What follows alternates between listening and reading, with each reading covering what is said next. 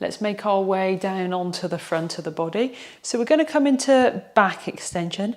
If you can't get down on the floor, an alternative is standing. Extend the arms behind you, reach the arms behind and lower, reach the arms behind and lower. Otherwise, come and join me on the front of the body. Dropping the forehead toward the floor. Extend the arms behind you and interlace the fingers. Bringing your feet a little wider than hip distance. From here, draw the stomach in. And as you inhale, rise up the head, neck and chest. And reach the arms away from you. Opening up through the chest, strengthening the muscles of the back. So if it doesn't feel good to you to hold the pose, inhale as you lift, exhale as you lower. Inhaling as you lift,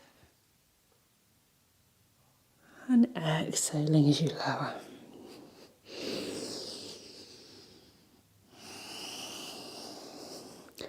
Or holding. See what works for you in your body. Stomach slightly drawn in, protecting the back. And when you're ready, releasing down, taking the cheek to the side if you feel happy with that. Otherwise, crossing over the arms, resting the forehead on the backs of the arms. And take a deep breath in. And a deep breath out. Deep breath in. And out. And once more, extend the arms behind, forehead to the floor. Inhaling as you rise up the head, neck and chest.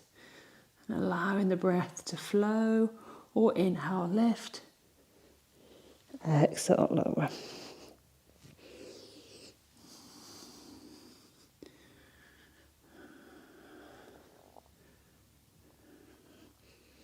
Good. So ideally trying to not engage for your leg muscles. If you're on the floor here, try to allow them to be relaxed. And releasing down. Taking the hands directly underneath the shoulders.